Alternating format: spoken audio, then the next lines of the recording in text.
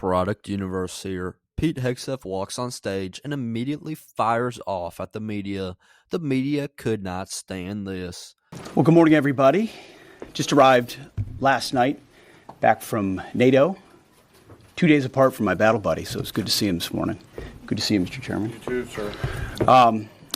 Where there was a historic outcome. I want to start with that real quick. I think there's so much news, so many things happening that oftentimes big, momentous moments get missed. What President Trump accomplished in NATO yesterday was game-changing and historic. A shift in burden sharing to European responsibility in NATO that most would have said was impossible at the beginning of his term. But he said NATO needs to pay up. They started in the first term, and here in his second term, we've accelerated that. 32 NATO countries committed to spending 5% of their GDP on defense, on actually investing in the NATO alliance. So I hope with all the ink spilled, all of your outlets find the time to properly recognize this historic change in continental security that other presidents tried to do, other presidents talked about. President Trump accomplished it. It's a huge deal. You see, we're here this morning because in hunting for scandals all the time, in trying to find wedges and spin stories, this press corps and the press corps miss historic moments. You miss historic moments like 5% at NATO, which when you hear, I was in the closed-door briefing. I wish there could have been cameras in there. When you heard the prime ministers and presidents of other countries, to a man and to a woman, looking at President Trump and saying, this never could have happened, never would have happened. It seemed impossible 5 years ago, 2 years ago, 8 years ago. But here we are because of your leadership. If you ask them the question, I bet they'd say the same thing. But searching for scandals, you miss historic moments, like recruiting at the Pentagon. Historic levels in the Army, the Air Force, and the Navy. Yeah, maybe there'll be a little mention here or there, but because it was under President Trump's leadership, because Americans are responding to him as commander-in-chief, the press corps doesn't want to write about it. Or bring us to the topic of the moment, the highly successful strikes in Iran. Let me read the bottom line here. President Trump directed the most complex and secretive military operation in history. And it was a resounding success, resulting in a ceasefire agreement and the end of the 12-day war. There's been a lot of discussion about what happened and what didn't happen. Step back for a second. Because of decisive military action, President Trump created the conditions to end the war, decimating, choose your word, obliterating, destroying Iran's nuclear capabilities. I want to read some of the assessments that have been provided because whether it's fake news, CNN, MSNBC, or the New York Times, there's been fawning coverage of a preliminary assessment. I've had a chance to read it. Every outlet has breathlessly reported on a preliminary assessment from DIA. I'm looking at it right now. Again, it was preliminary, a day and a half after the actual strike, when it admits itself in writing that it requires weeks to accumulate the necessary data to make such an assessment. It's preliminary. It points out that it's not been coordinated with the intelligence community at all. There's low confidence in this particular report.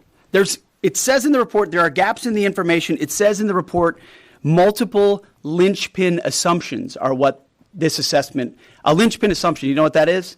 That means your entire premise is predicated on a linchpin. If you're wrong, everything else is wrong. And yet, still, this report acknowledges it's likely severe damage. Again, this is preliminary, but leaked because someone had an agenda to try to muddy the waters and make it look like this historic strike wasn't successful. I'm going to get to the chairman in a moment because he's going to lay out the particulars for you based on his professional military experience. But here's what other folks are saying. The DIA that put that report out says that this is a preliminary low-confidence report and will continue to be refined as additional intelligence becomes available. How about the Israeli Atomic Energy Commission? The devastating U.S. strikes on Fordow destroyed the site's critical infrastructure and rendered the enrichment facility inoperable. Have any of these quotes made their way into the New York Times or the Washington Post? MSNBC? CNN? Any of these quotes? How about this one? This is a new one from the UN, the United Nations. No friend of the United States, or certainly Israel often. Here's the head of the UN Atomic Energy Agency this morning, Rafael Grossi. U.S. and Israeli strikes caused enormous damage to Iran's nuclear sites. Don't take my word for it. How about the IDF's chief of staff? I can say here that the assessment is that we significantly damaged the nuclear program, setting it back by years. I repeat, years. The Iranian foreign minister, the spokesman, our nuclear installations have been badly damaged, that's for sure. I'm sure that's an understatement.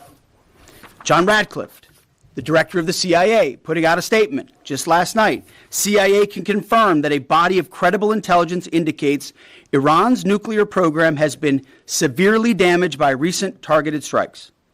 This includes new intelligence from a historically reliable, very different than preliminary assessment with low confidence. He's saying historically reliable and accurate source and method that several key Iranian nuclear facilities were destroyed and would have to be rebuilt over the course of years. CIA continues to collect additional reliably sourced information to keep appropriate decision makers fully informed. How about DNI Tulsi Gabbard yesterday? She writes, and I quote, "New intelligence confirms what POTUS has stated numerous times. Iran's nuclear facilities have been destroyed."